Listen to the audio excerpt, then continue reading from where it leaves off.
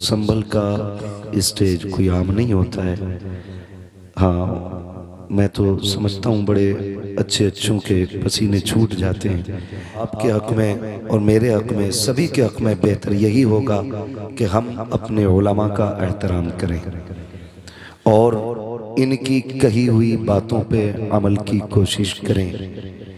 इसलिए कि मिल्लत का मसला हो या नामूस रिसालत का मसला हो या हुकूक और हक, जो भी मसला होता है, चाहे वो जिन्नात से टकराना हो, हालात से टकराना हो या हुकूमत से टकराना हो, खुदा की कसम सबसे पहले जो सर पे कफन बांध के जमात आगे आती है ना, वो उलमा की जमात होती है। हमारी जिम्मेदारी बनती है कि हम अपने उलमा के एक एक कौल, एक एक हुक्म को अपनी निगाहों के सामने रखें। अगर ये हमसे कहें खड़े हो जाओ तो फिर हम फिक्र न करें और सोचें नहीं इसने कहा क्यों है, समझें कि अगर कहा है तो कोई फायदा ही होगा। मैं आपको याद दिला दूं कि इस बीच में जितने भी नामूस रिसालत पर होने वाले हमले हैं या जो भी बकवास हुजूर की इज्जत और नामूस के खिलाफ की गई है, उनमें सबसे आगे सिर्फ और सिर्फ उलमा की जमात नजर आई है। उलमा की जमात नजर आई है।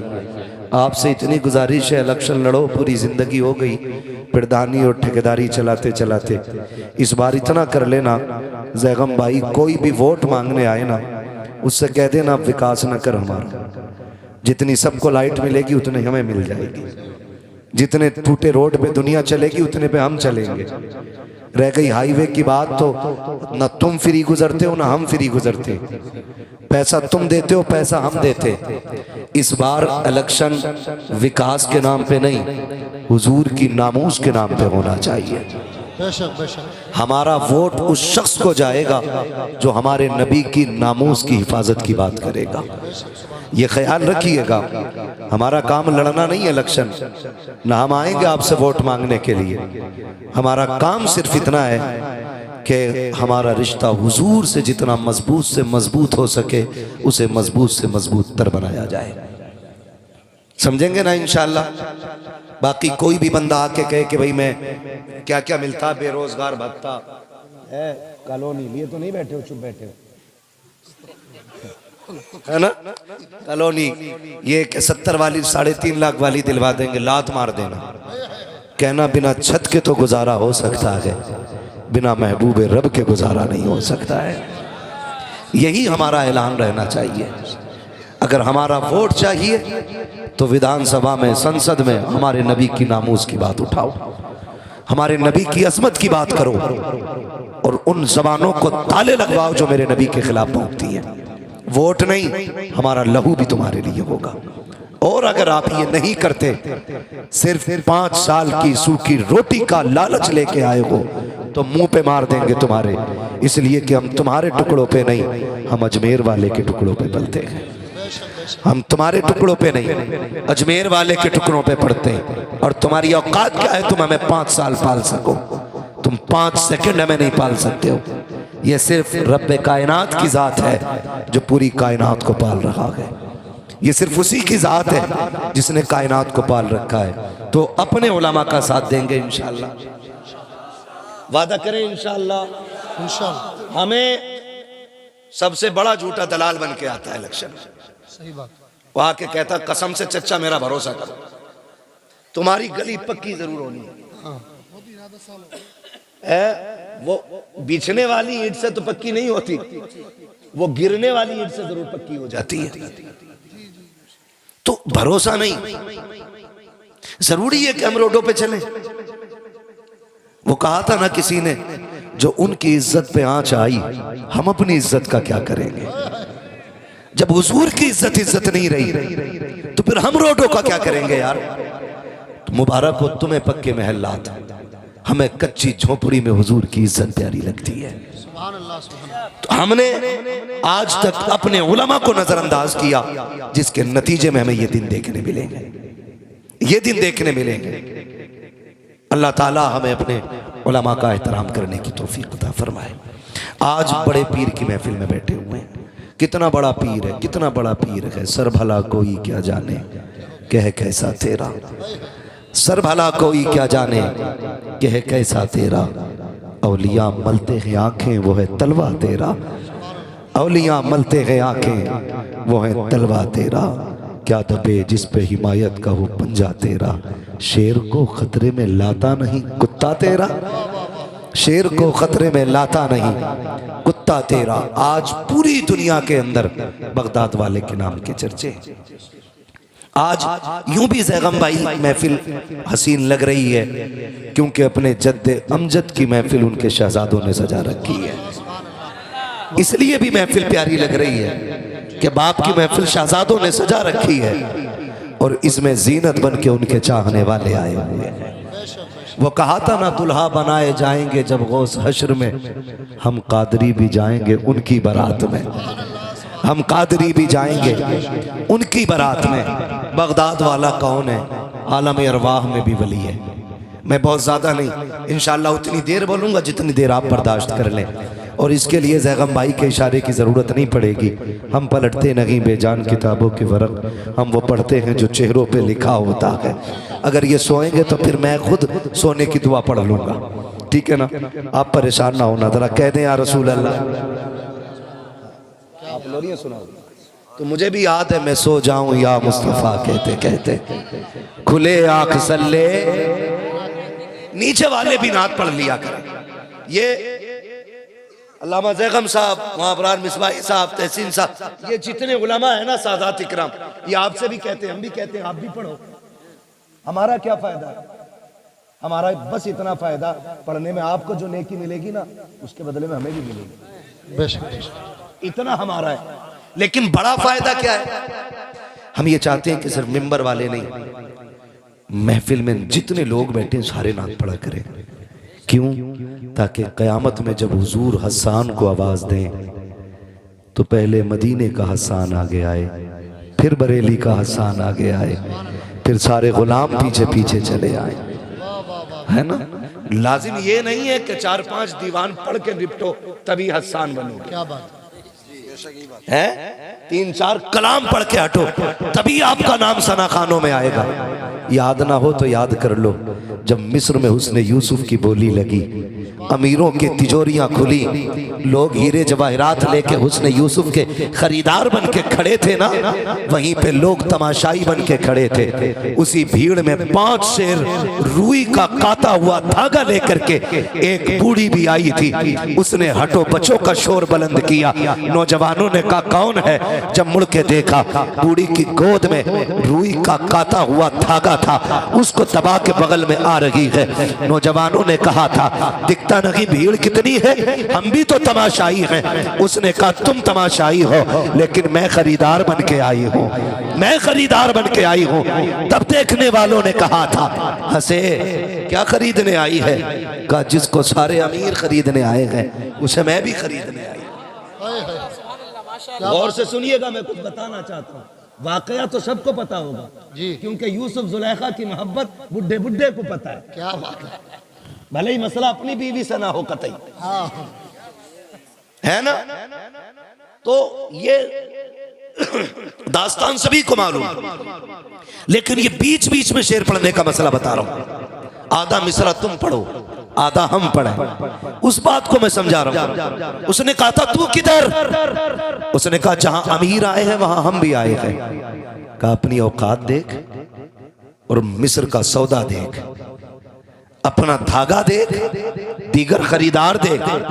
अजीजे मिस्र के हीरे जवाहिरात सारे चढ़ चुके हैं, लेकिन अभी यूसुफ के हुस्न का सानी तक ना बन सके हैं, हम पल्ला नहीं हो सके हैं। तू खरीदने आई है। उसने कहा हट पगले, जाने तो दे, लाइन में लगने दे। कहा लौट जा करेगी क्या? कहा अगर ना खरीद सकी कम से कम इतना तो हो जाएगा, खुदा कयामत में जब यूसुफ के खरीदारों को इज्जत अता करेगा तो जहां अजीज खड़ा होगा वहीं पे ये गरीब बूढ़ी भी खड़ी हो जाएगी। सुभान अल्लाह, सुभान अल्लाह। जरूरी तो नहीं है ना कि हम 2-3 दीवान पढ़ के तभी आशिक बनेंगे। मैं कहता हूँ खुदा की कसम, हल चलाओ फिर भी ये पढ़ो, सबसे आला वो औला हमारा नबी। खेत में दाना डालो, फिर भी ये कहो सरवर कहूं के मालिक मौला कहूं तुझे। आप जो काम करो, हर काम में मुस्तफ़ा की नात पढ़ते रहा करो, नात पढ़ते रहा करो। लहद में इश्क रुखे शह का दाग लेके चले, तेरे गुलामों का नक्शे कदम है रागे खुदा, वो क्या भटक सके जो ये सुराग लेके चले। तो रिश्ते मजबूत करें, रिश्ते मजबूत करें। मैं अर्ज कर रहा था सरकार गौसे पाक, पूरी दुनिया में बगदाद वाले की 11वीं का तज़किरा है, कहीं 17वीं है, कहीं 11वीं है, कहीं 27वीं है, कहीं 26वीं है। यही मेरे बगदाद वाले का चर्चा है।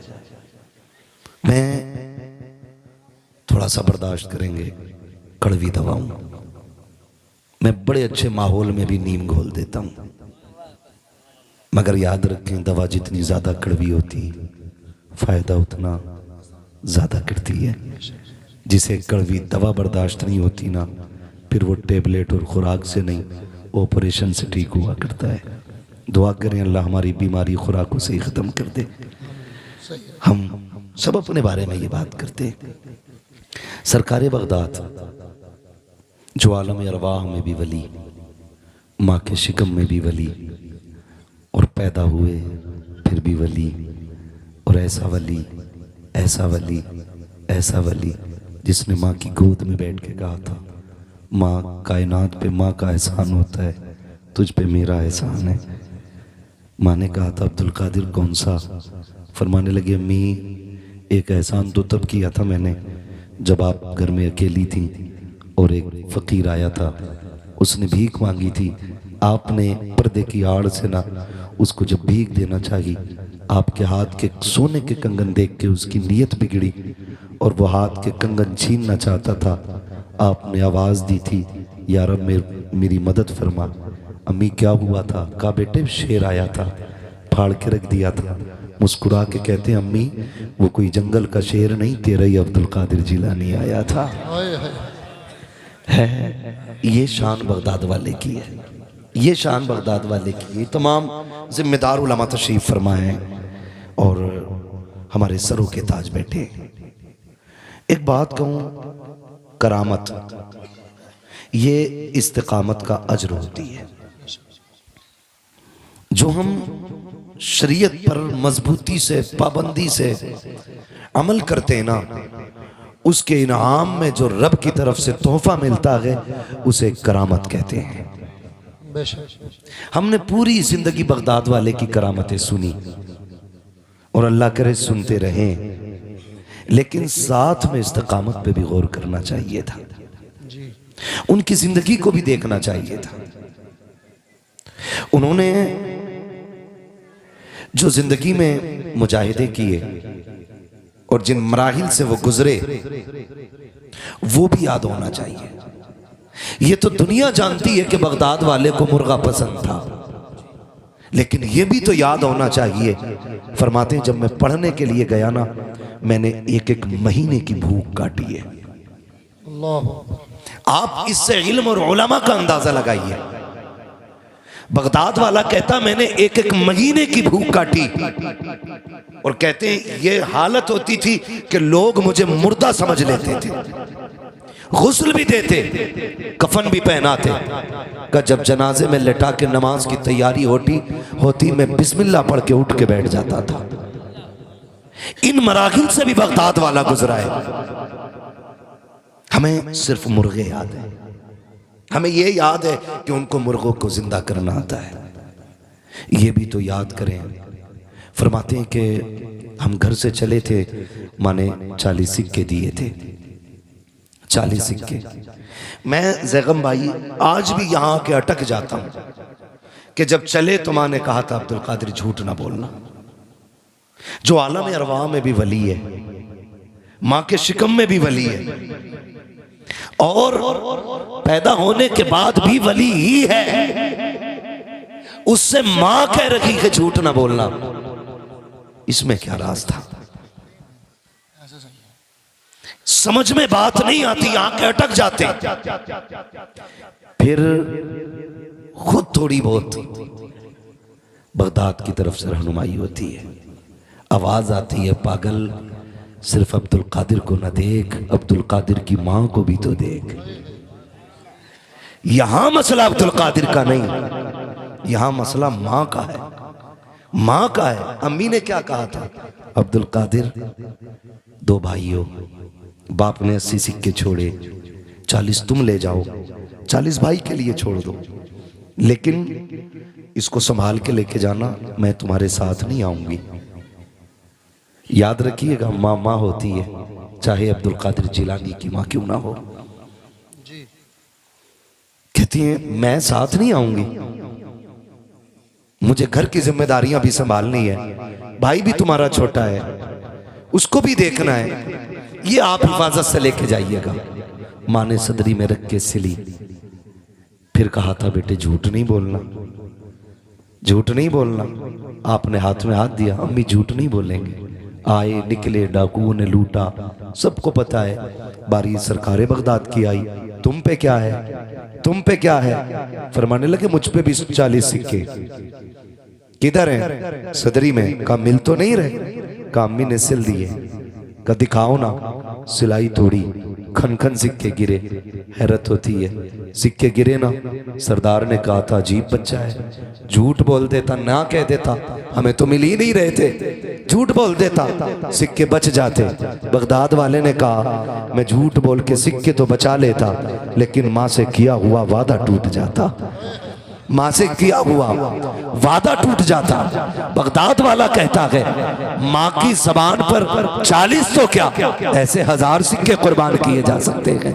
आपसे इतना कहना चाहता हूँ, जिस बगदाद वाले की दुनिया 11वीं खा रही है, जिसका सदका खा रही है, जिसके नाम पे हम लोग पल रहे हैं, उसने माँ का एहतराम किस कमाल का किया है। आप जरा सोचे तो सही, आज कागज के सिक्के होते, कागज के पैसे होते हैं, कल सोने के पैसे होते थे। हम सोने के नहीं, कागज के पैसों के लिए माँ बाप छोड़ देते हैं। बगदाद वाले ने सोने के सिक्के छोड़े हैं, माँ से किया हुआ वादा नहीं तोड़ा है। और दुनिया वालों ख्याल रखना, याद रखिएगा, जो तरक्कियां, जो बरकतें, जो अजमतें सजदे और रुकू और सुजूद और क़याम से नहीं मिलती है, जो दिनों रात के मुजाहिदों से नहीं मिलती है, रब ने माँ को वो कमाल बख्शा है कि जो तरक्कियां 12 बरस की इबादत से नहीं, वो माँ की दुआओं से खुदा अता फरमा दिया कर। बेशक नारे तकबीर, नारे रिसालत, उलमाए अहले सुन्नत, अज़मते वालिदैन, अज़मते गौसे पाक, सुभान अल्लाह।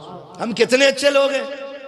बगदाद वाला कहता मेरी माँ का वादा टूट जाता। हम खाने पे बैठे, जैगम भाई ये सब का हम सब का हाल है, खाने पे बैठे, अचानक फोन की घंटी बजी, सरकारी प्लेट, अम्मा कहते रुक बेटे खाना खा जा। माँ, पुराने लोग ना एक बात कहते हैं कि कभी आगे खाना छोड़ के नहीं उठना चाहिए। ये बड़े बूढ़ों की बातें और काफी हद तक सच होती हैं इनकी बातें, इसलिए कि इन्होंने पढ़ करके नहीं, इन्होंने देख कर और सीख करके कहा है। बेटा उठा, माँ ने हाथ पकड़ लिया, बेटे खा के जा, खा के जा। हम कहते नहीं बस अभी आ रहा हूं। माँ बैठी रह गई, हम आ गए। क्या कर रहा था यार, खाना खा रहा था, हाथ भी नहीं धोए, हाथ तो धो लेता। कम्मी पीछा करती रह गई। कहा क्या कह के आया, अम्मा को बेवकूफ बना दिया। 2 मिनट लगे। नादान, माँ को बेवकूफ न कहे। खुदा की कसम खा के कहता हूँ, आज भी जिस बीमारी को मशीनें, चेकअप और बड़ी बड़ी लैबों में ले जा करके परखा और जांचा जाता है ना, माँ नजर डाल के बेटे की उस बीमारी को पकड़ लेती है। आज भी माँ औलाद के लिए सबसे बड़ा तबीब होती है, सबसे बड़ा हकीम माँ होती है। और समझने की कोशिश करें, दोनों बातें आ जाएंगी। बहुत बड़ा नाम तारीख में सरकार वैसे करनी का है। इतना बड़ा नाम, इतना बड़ा नाम कि आपको खैरुत ताबईन कहा गया है।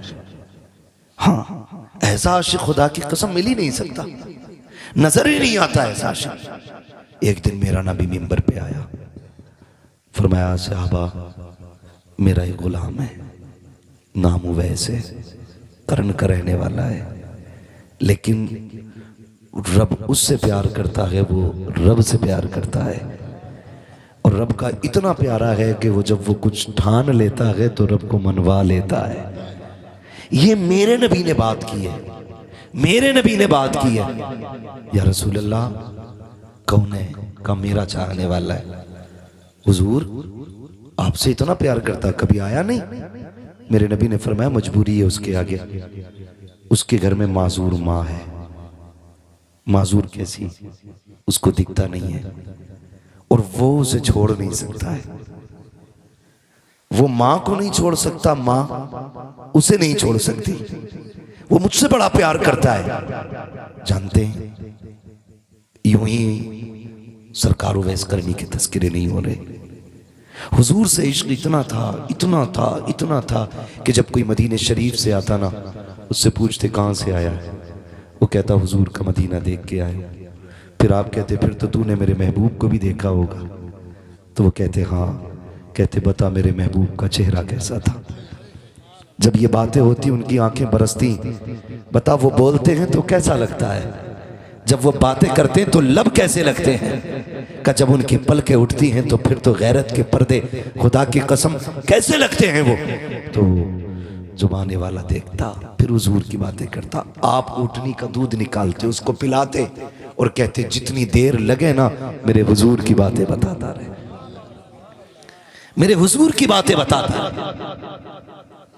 जब आपसे ये बात होती और सारी बातें हो जाती, वो चला जाता। फिर कहते काश मैं भी हुजूर की बारगाह में जाता, काश मैं भी हुजूर की बारगाह में जाता। आप घर आए, माँ के पैर दबा रहे और माँ के पैर दबाते दबाते आंख से आंसू का कतरा गिरा। जब माँ के पैर पे आया ना, तो माँ वो होती है जो आंसुओं की गर्मी से बेटे का दर्द महसूस कर लेती है। सिर्फ आंसुओं की गर्मी से पैर दबा रही माँ के। माँ तो नाबीना है। जैसी आंसू का कतरा गिरा ना, माँ कहती है लालू वैस क्या बात है, खैर तो है ना? आज बड़ा बेकरार लग रहा है। रो के कहते अम्मी आज इश्क रसूल में ऐसा दर्द है सीने में, अगर मैं मदीने न जा सका तो कलेजा फट जाएगा। अम्मी काफिला मदीने जा रहा है, इजाजत दे तेरा लाल भी महबूब को देखना चाहता है। जब माँ ने बेटे के आंसुओं का एहसास किया, कहने लगी चल ठीक है बेटे जा तो रहा है, लेकिन वादा कर सूरज छुपने से पहले पहले आ जाना है, पहले पहले आ जाना है। सरकार उवैसे करनी ने कहा अम्मी ठीक है। जैसी इजाजत मिली है जल्दी जल्दी सारी तैयारियां की हैं, माँ के खाने का इंतजाम, पानी का इंतजाम, सारा कुछ करके सुबह काफिले के साथ निकले हैं। एक ही तसव्वुर, एक ही ख्याल था, आज यार का दीदार होने वाला है, आज महबूब का दीदार होने वाला है, आज उनको आंखें देखेंगी जिनके तसव्वुर में जिंदगी गुजर गई है, आज वो जलवा सामने होगा जिसकी बातें जमाने से सुनता रहा हूँ। अल्लाह अकबर ये तसव्वुर लेके चला। जिस काफिले के साथ जा रहे हैं, काफिला थक के आराम कर रहा है। उवैस करनी ने वक्त को देखा, सूरज अपनी रफ्तार से छुपने जा रहा है। ख्याल आया, माँ ने कहा था बेटे उवैस सूरज छुपने से पहले आ जाना। ये सोच करके आपने अपना आराम त्याग दिया, काफिला तो ठहरा रह गया। आपने दौड़ लगाई है, चलते चलते मदीने की सरहद आ जाती है। बच्चों को खेलते देखा, कहते शहजादो आओ मेरे सीने से लग जाओ। बच्चों को चूम रहे हैं, सीने से लगा रहे हैं। लोग कह रहे थे अजीब दीवाना है, ये बच्चों से लिपट रहा है। आप कहते थे शहजादो तुम्हारे कदमों की खाक मेरे सर का ताज बन जाए, क्योंकि तुम उस शहर में रहते हो जिसमें मेरा महबूब रहता है, तुम उस शहर में सांसें रहते हो जिसमें मेरा यार सांसें लेता है। ये कह करके बच्चों को सीने से लगाते, प्यार करते, फिर कहते शहजादो बताओ मेरा महबूब कहाँ मिलेगा। किसी ने बड़ों की तरफ इशारा किया, कहा फला से बात करो। उनसे पूछा नबी कहाँ है, उन्होंने कहा मस्जिद नबी में मिलेंगे या हुजरे आयशा में मिलेंगे। चाहे दौड़ करके आप आए हैं, वक्त की किल्लत थी, आकर के आपने मस्जिद नबी के दरवाजे पर जैसी दरवाजा खोल करके देखा, हुजूर का जलवा नजर नहीं आया। फिर ख्याल आया आयशा सिद्दीका के हुजरे में होंगे। आवाज देकर कहते हैं उम्मुल मोमिनीन मुझे मुस्तफा से मुलाकात करनी है। अंदर से आवाज आती है कौन है, का परदेसी हो, का ठहर जा इंतजार कर ले, तू जिससे मिलने आया है वो अभी अभी बाहर जा चुके हैं। इतना सुनना था, वैसे करनी का कलेजा तड़प जाता है। कहते हैं क्या किया जाए, का कब तक आएंगे, का ये तो नहीं कहा जा सकता है, लेकिन थोड़ी देर में आ जाएंगे। सरकार उवैस करनी बेकरार हो करके कभी मेहराब देख रहे हैं, कभी मिंबर देख रहे हैं, कभी मुस्तफा के खड़े होने के मुसल्ले पे निगाहें जाती है। फिर ख्याल आता है उम्मुल मोमिनीन आप साइड से हो जाइए। कहा किस लिए? कहा महबूब को तो न देख सका, महबूब के नीचे बिछने वाली चटाई को देख लो। जिस मसरत पे मेरा महबूब तकिए लगा के बैठता है मैं उस मसरत को चूमना चाहता हूँ। उम्मुल मोमिनीन आयशा सिद्दीका फरमाती है जब उवैस अंदर आए थे बाल बिखरे हुए हैं, मिट्टी लगी है पूरे कपड़ों पर, देखने में दीवाना लग रहे हैं। कभी दीवार चूम रहे हैं, कभी मेहराब चूम रहे हैं, कभी मिंबर से लिपटते हैं, कभी खजूर के सुतूनों से लिपट जाते हैं, कभी हुजूर के नीचे बिछने वाली चटाई को चूमते हैं। उम्मुल मोमिनीन कहती है अरे अगर इतना ही इश्क है तो इंतजार क्यों नहीं कर लेते? कहते मजबूरी है माँ, अगर वक्त होता पूरी जिंदगी उसकी राहों में बैठ के गुजार देता, लेकिन क्या करूं मजबूरी है। जब वो आ जाए तो मेरा सलाम कह देना।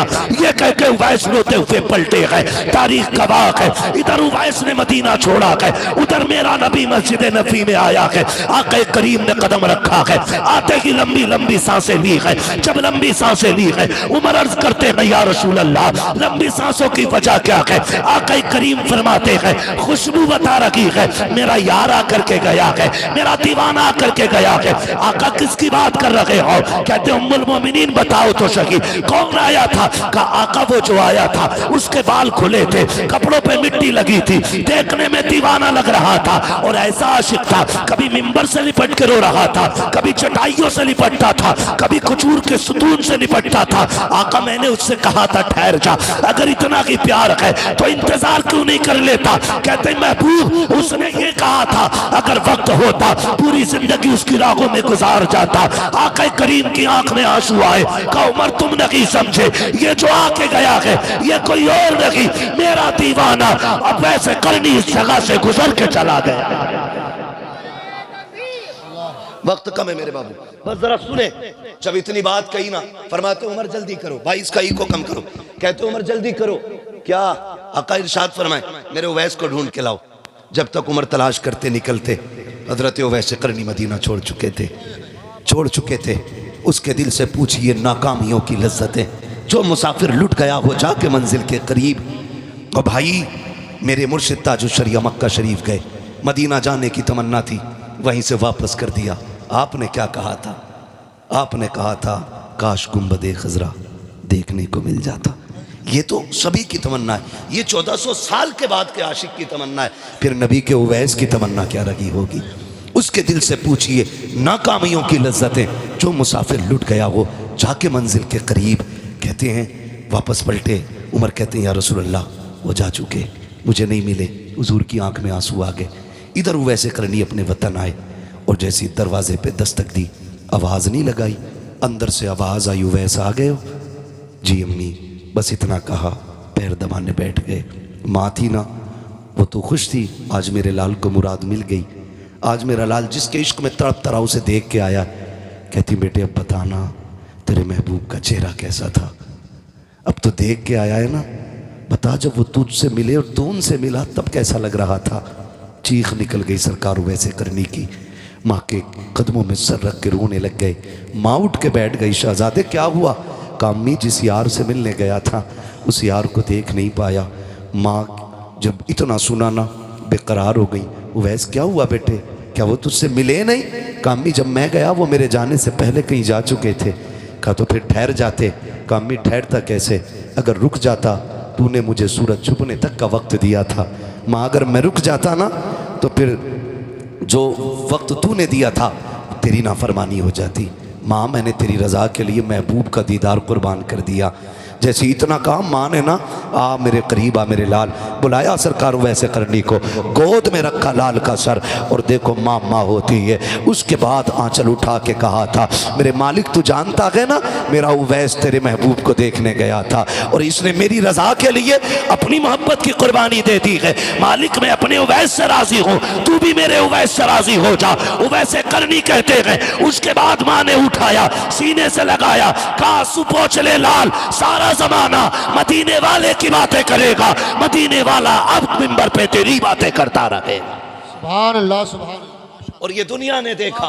फिर मेरे नबी ने मिंबर पे खड़े होके कहा था सहाबा तुम में से कोई उससे मुलाकात करे ना तो मेरा कुर्ता देना और उससे कहना मेरी उम्मत के लिए दुआ कर दे, मेरी उम्मत के लिए दुआ कर दे। जमील कादरी ने कहा था रब्बे हबली उम्मती कहते हुए पैदा हुए, रब ने फरमाया कि बख्शा सलातु वस्सलाम, जिंदगी की जाहिरी आखिरी सांस तक मेरे नबी को उम्मत का गम सताता रहा। फिर भी ना कोई मिले ना उससे कहना मेरी उम्मत के लिए दुआ कर दे। हुजूर कौन सी?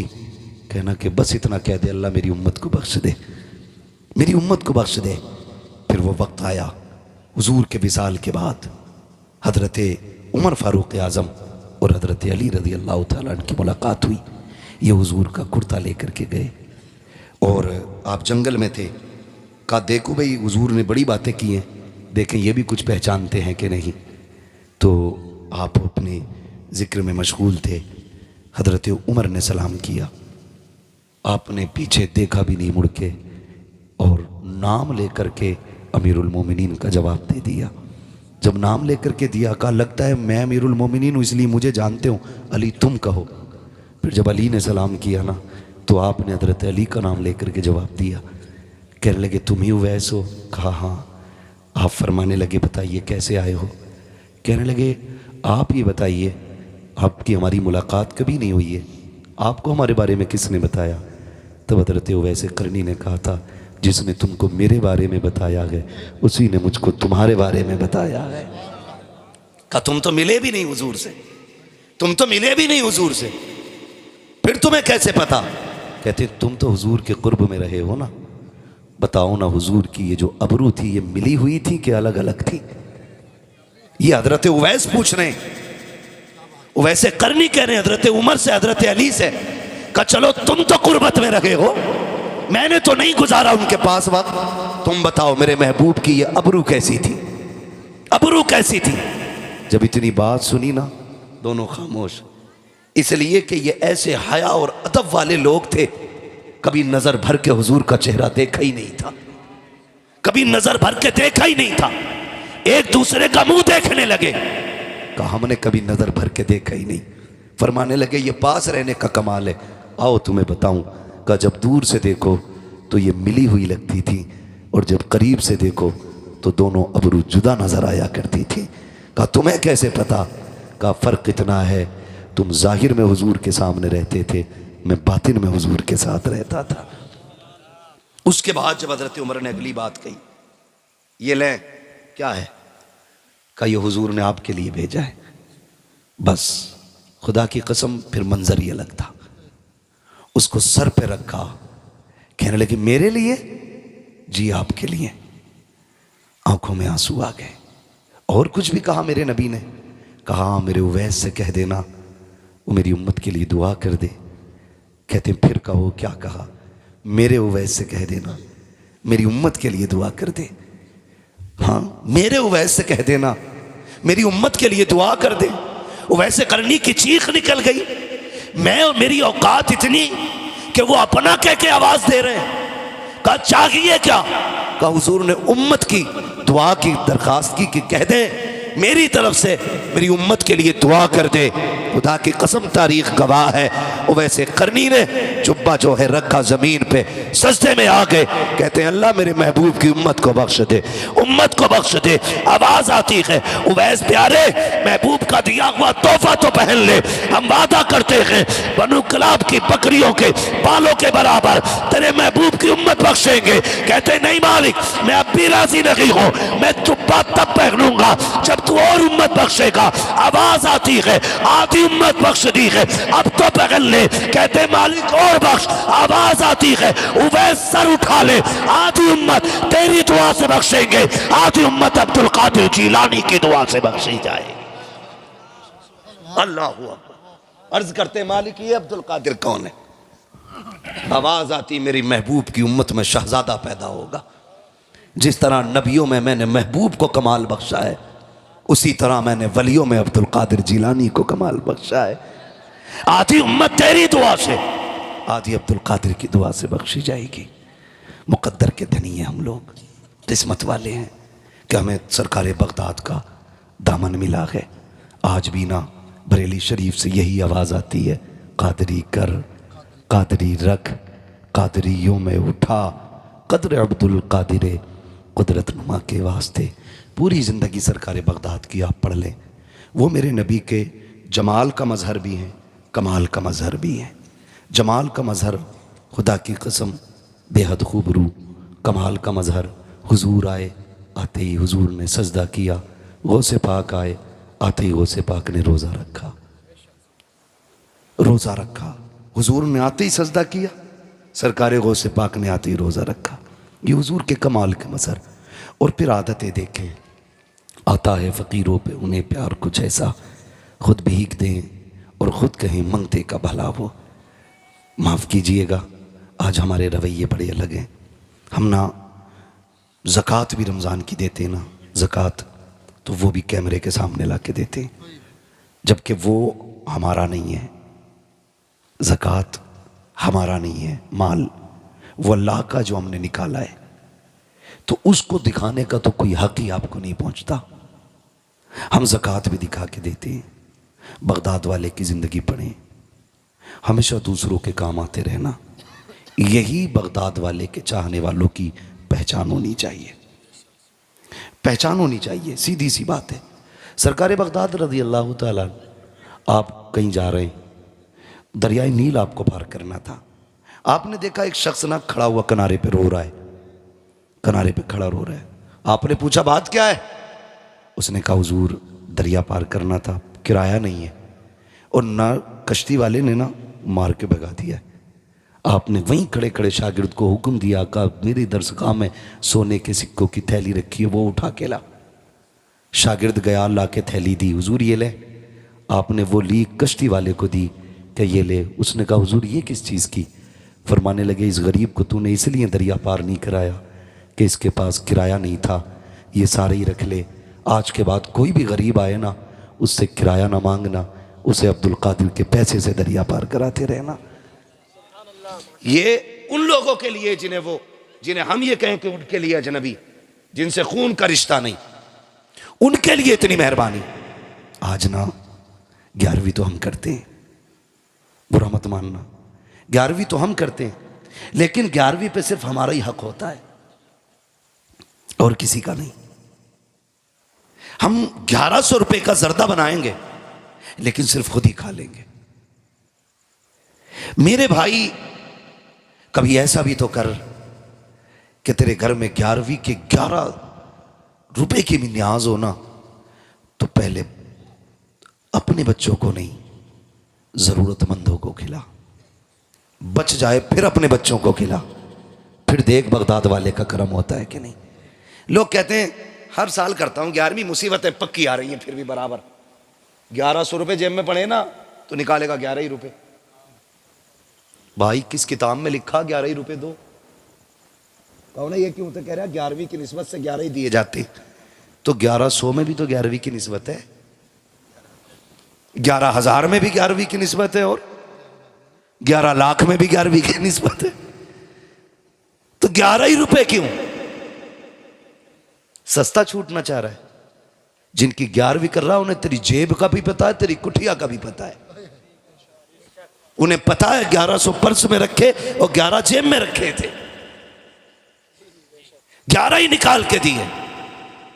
माफ कीजिएगा, कुछ जगहों पे चलन है 11वीं के दिन चंदे का, होता है कि नहीं? मस्जिदों में पैसे इकट्ठे कर लेते हैं। सैयद साहब किबला 10 रुपए तो भेजता घर से, 11 रुपए, और जोहर में जाके कहता लड्डू ही लियो। एक लड्डू कितने का?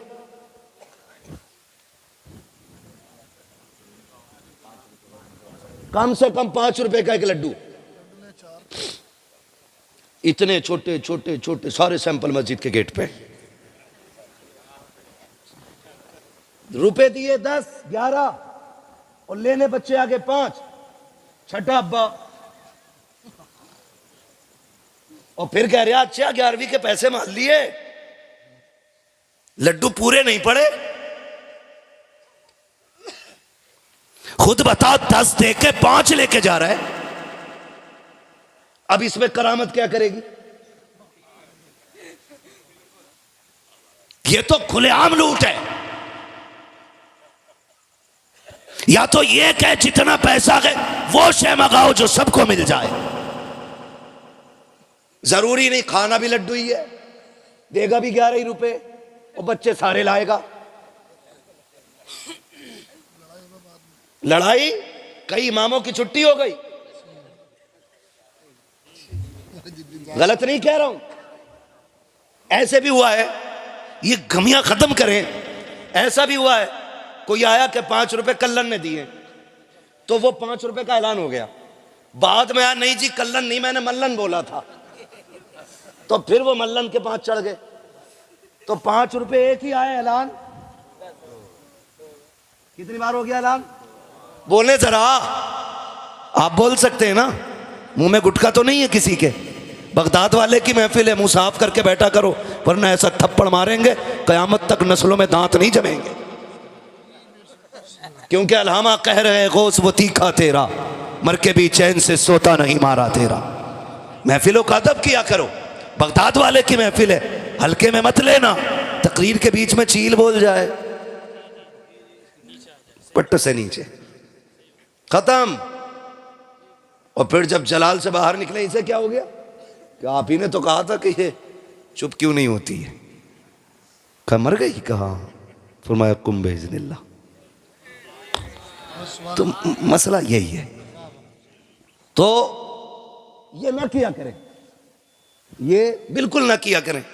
2 बार ऐलान हो जा तो कुछ इतने बड़े फित्तीन कापी लेके बैठे रहते हैं घर अपने घरों में भी। हाँ, सब लिख रहा कितने ऐलान हुए, और फिर आके कह रहे आप कितने आए थे इमाम साहब पैसे? इमाम साहब ने कहा 713 रुपए। कह रहा एक बार और जोड़ लो। कह रहा नहीं भाई 713 ही है, पूरे डब्बे में रखे हैं, मैंने 1 रुपया जेब में भी नहीं डाला, सारा ही प्लास्टिक के डब्बे में।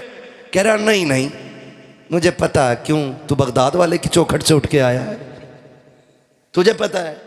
कह रहा ये देखो कापी। फिर निकाला इसने नामा अमाल और अपना जुर्म डाल दिया इमाम की खोपड़ी है। 10-5 इधर उधर हो गए। अगर ये नाम भूल गया तो कह रहा बरकत है इमाम साहब के ऐलान में, नाम कम थे पैसे ज्यादा निकले, तो फिर करामत हो गई इमाम की। और अगर इमाम ने कोई नाम दोबारा बोल दिया और रुपया कम निकला तो फिर आफत आ गई इमाम की। तो ऐसे लोगों से भी बचें, ये रवैये गलत है। अल्लाह ने तौफीक दी है, हस्ब हैसियत 11वीं कर, और फिर देख अल्लाह कितनी बरकत अता फरमाता है। नाम के लिए नहीं, काम के लिए 11वीं करें, काम के लिए 11वीं करें, नाम के लिए नहीं, दिखावे के लिए नहीं। कहीं भी चले जाओ, आके ना जो 11वीं कराता है ऐसा बैठता है, कुछ भी नहीं होता और लगा है सैयद साहब आए। हाँ, ऐसा हजरत आगा सदरी पहन के पगड़ी बांध के, उतने हम पे भी कपड़े नहीं होते जितने उस ठलुए पे होते हैं। कौन है? यही है मालिक। वो चाहते मेरे खुतबे पढ़े जाएं। नहीं, ऐसा नहीं। बगदाद वाले के नाम का लंगर है, आका बन के नहीं, नौकर बन के खिला, नौकर बन के खिला, तमाशा ना बना। जब भी कोई पूछे क्या गए, अपना कुछ नहीं, सारा ही बगदाद से आ रहा है, सारा ही बगदाद से आ रहा है। खाते हैं तेरे इधर का, पीते हैं तेरे इधर का, पानी है तेरा पानी, दाना है तेरा, दाना है तेरा दाना। लेकिन मैं जो अर्ज कर रहा था आपसे, मैं कह रहा था थोड़ा सा दिलों में कुशादगी लाइए, कुशादगी। दिल बड़े तंग हो गए। 11वीं भी करेगा ना तो अपने बाल को बांट दे बैठा के लाइन से, ताकि बांटने का भी मजा आ जाए और घर के घर में भी रह जाए। हाँ, बाहर भी ना जाए और शोर भी हो जाए, लाओ भी मुझे दे दो, मुझे दे दो। पूरे मजे घर में ले रहा है। ये नहीं, दिलों में जगह पैदा करो।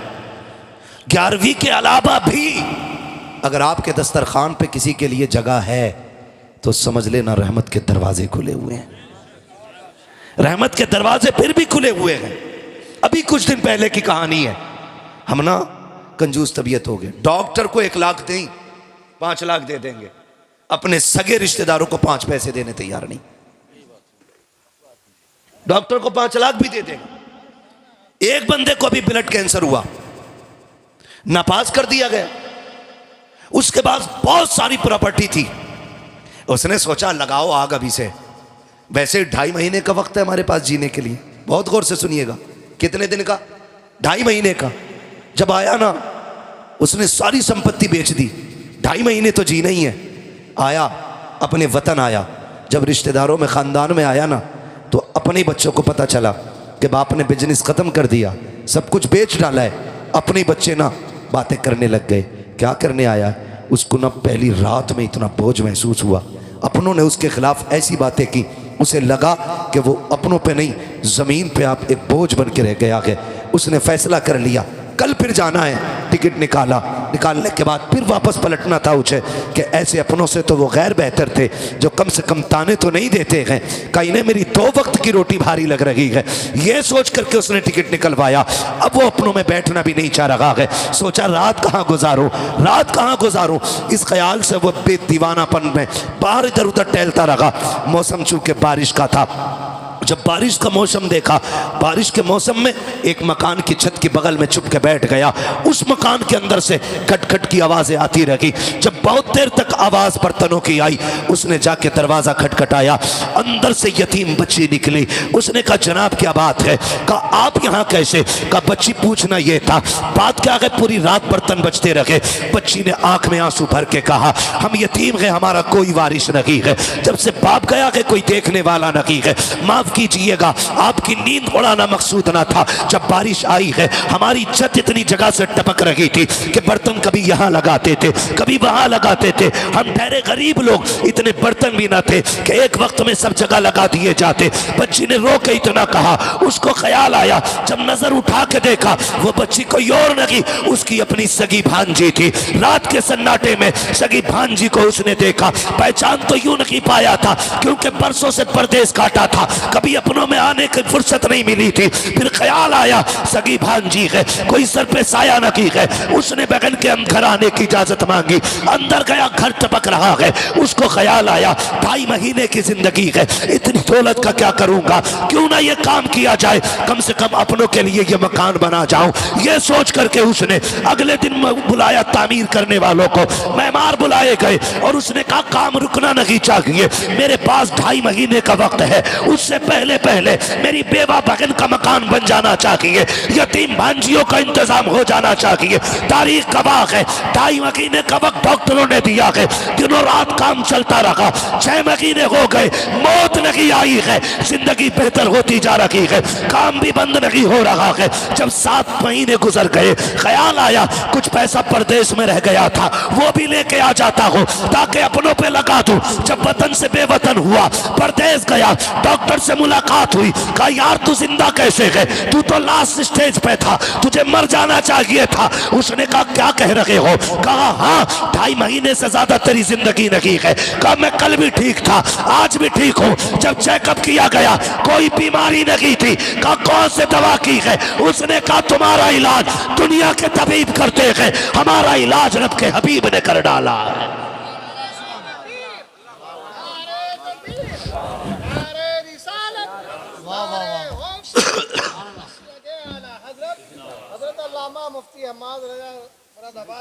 उसने कहा कि मैं गया, मेरे महबूब ने फरमाया कि अपनों का ख्याल रखो, पड़ोसी का ख्याल रखो, यतीमों का ख्याल रखो। कहा मैंने उनका घर बनाया, रब ने मेरी जिंदगी बना डाली है, रब ने मेरी जिंदगी बना डाली है, दिल में जगह रखी है, दिल में जगह रखी है। जो मर्ज दवाओं से नहीं कटते वो दुआओं से कट जाया करते हैं, वो दुआओं से कट जाया करती। सबसे ज्यादा हक आपके ऊपर आपके सगों का है। आप अपने सगों से फारिग हो तो फिर आप खानदान में आए, खानदान से फारिग हो फिर आप पड़ोस में आए, पड़ोस से फारिग हो फिर बस्ती में आए, बस्ती से फारिग हो फिर शहर जाएं, शहर से फारिग हो फिर आप पूरे डिस्ट्रिक्ट लेवल पे आप काम करें, उससे भी फारिग हो जाए, सूबा लेवल पे, फिर मुल्क लेवल पे, फिर वर्ल्ड लेवल पर है। मगर नतीजा कुछ और है, अपनों को लात मारनी है और तमाशा बना के गरीब ढूंढ ढूंढ के ला के बांटा जाता है। ऐसा ना कीजिएगा। 11वीं आपके घर बने ना तो आपके अपने बच्चे खाएं ना खाएं, सबसे पहले अपने करीबियों के बच्चों को खिलाइए। करेंगे इंशाअल्लाह, ऐसा करेंगे इंशाअल्लाह। और ये बात बहुत बाद में हमारी समझ में आई, सैयदों के घर से कोई खाली क्यों नहीं जाता है। ये शान करीमों की लजपाल घराना है, ये नस्ल करीमों की लजपाल घराना है। और हम तो बबागे दोहल कहते हैं, ये चक्की फातिमा की चल रही है, ज़माना जितना लंगर खा रहा है, ज़माना जितना लंगर खा रहा है। आप नज़रिए मजबूत रखें, एतक़ाद मजबूत रखें। बगदाद वाले की आप ये बात याद रखें, फरमाते मैं चला गया और माँ ने जो पैसे दिए थे सारे ही ख़त्म हो गए। फिर नौबत ये आ गई, भूख इतनी बढ़ गई कि कुछ भी नहीं था। फिर बर्दाश्त भूख नहीं हुई ना, तो मैं दरिया के किनारे ये सोच करके गया कि कुछ गली सड़ी सब्ज़ी या जो लोग धोने आए हैं उनके कुछ पत्ते ही गिरे मिल जाएंगे, वही खा के गुजारे कर लेंगे। फरमाने गए, जब मैं जाके देखा ना तो मुझसे पहले 7 दुर्वेश वहाँ रोटी की तलाश में फिर रहे थे। कहते मैं उन्हें देख के लौट आया। कहते भूख इतनी थी बर्दाश्त नहीं होती थी, मैं मस्जिद में आ गया। कहते मैंने एक परदेसी को देखा, वो आया और उसने खाना खाना शुरू कर दिया। गौसे पाक फरमाते हैं कि ज़िंदगी में पहली बार मेरे दिल में ये आया था। कहते हैं कि भूख इतनी थी कि जब लुकमा उसके मुंह में जाता था ना तो अचानक खुद ब खुद मुंह मेरा खुल जाता था। कहते इतनी भूख थी, मेरे दिल में आया काश ये मुझसे खाना खाना कह दे। कहते मैंने इतना सोचा था। उसने कहा बच्चे आजा मेरे साथ खा ले। कहते मैं उठ के गया, उसके साथ खाना खाने के लिए बैठा। मैंने पहला लुकमा खाया था। उसने कहा बेटे मैं परदेसी हूँ लेकिन मेरी एक गुजारिश है। आप फरमाते, मैंने कहा क्या? कहा तुम यहीं रहते हो? कहा हाँ मैं पढ़ता हूँ। कहा फिर तो तुम अब्दुल कादिर को जानते होगे। कहा काम क्या है? कहा उसकी माँ ने भेजा है, उसके सोने के सिक्के साथ उसके घर से लेके आया था मैं उसके घर से माँ ने कुछ पैसे भेजे, वो लेके आया हूँ और उनको देना है। मैं काफ़ी मेहनत से तलाश कर रहा हूँ, मिले नहीं तो मेरे तो पैसे ख़त्म हो ही गए, मेरा भी ज़्यादा राह ख़त्म हुआ ना, मैंने उनके पैसों से खाना ले लिया है। गौसे पाक फरमाते हैं रब के शुक्रिया में मेरी आंख में आंसू आ गए। मैंने कहा वाह रे मालिक, दिल भी गया तो अपने पैसों के खाने पे गया है, किसी गैर के पैसों के खाने पे नहीं गया। दिल भी गया है तो अपनों के पैसे, अपने पैसे पे गया। खा के फारिग हुए, फरमाने लगे अब बताओ बात क्या है? कहा अब्दुल कादिर से मिलना है। मुस्कुरा के कहते हैं जिसकी तलाश है वो मैं ही अब्दुल कादिर जिलानी हूँ, मैं ही हूँ। उसने कहा हुजूर जनाब आप मेरे साथ खाते रहे और आपने मैं नाम लेता रखा, आपने एक बार भी नहीं कहा कि मैं ही हूँ वो। कहने लगे सुनो, अगर हम बता देते तो गैरत से शायद तुम्हारा हाथ लुकमों से रुक जाता, तुम्हारा हाथ रुक जाता। कहते हम हुजूर के शहजादे हैं, हम किसी को जलील करने नहीं आए, हम तो जलीलों को इज्जत देने के लिए आए हैं। फरमाने लगे फिर आपने कहते वो पैसे लिए जितने माँ ने भेजे थे सारे ही जाके बांट दिए, सारे ही बांट दिए उनमें जो पहले से भूखे घूम रहे थे। ये शान इनकी है। लोग कहते हैं बगदाद वाला कैसे दिलवा देता, उसने सब कुछ लुटाया तब उसको सब कुछ मिला है, सब कुछ लुटा दिया उसने, क्या रखा है? कुछ भी नहीं। 40 साल इशा के वजू से फजर की नमाज पढ़ी है, 15 साल एक पैर पे खड़े होकर के हर रात पूरा कुरान पढ़ते थे। हैं से रियाजतें नहीं मिलती हैं। बस यूं समझें मेरे इमाम ने कहा था क़यामत के हवाले से तेरी सरकार में लाता है रज़ा उसको शफ़ी जो मेरा गौस है और लाडला बेटा तेरा। बगदाद वाले ने बांटना सिखाया है, हम भी इंशाअल्लाह बांटा करेंगे। बगदाद वाले ने ज़रूरतमंदों की ज़रूरत पूरी करना सिखाई है, हम भी इंशाअल्लाह ज़रूरतें पूरी करेंगे इंशाअल्लाह। कोशिश ये करेंगे दूसरों के काम आ जाएं। हम अक्सर कहते हैं उजाले अपनी यादों के हमारे साथ रहने दो, न जाने किस गली में ज़िंदगी की शाम हो जाए। ये महफिल नूर जिंदाबाद, महफिल नूर पाइंदाबाद।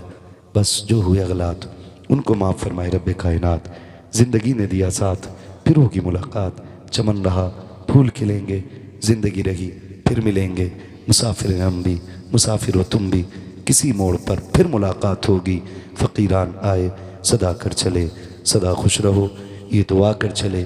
सारे लोग कलमा शरीफ पढ़ लीजिए, ला इलाहा इल्लल्लाह मुहम्मदुर रसूलुल्लाह अस्तगफिरुल्लाह रब्बी मिन कुल्लि ज़ंबिन व अतूबु इलैहि व मा अलैना इल्लल बलाग। अस्सलामु अलैकुम व रहमतुल्लाहि व बरकातुहू।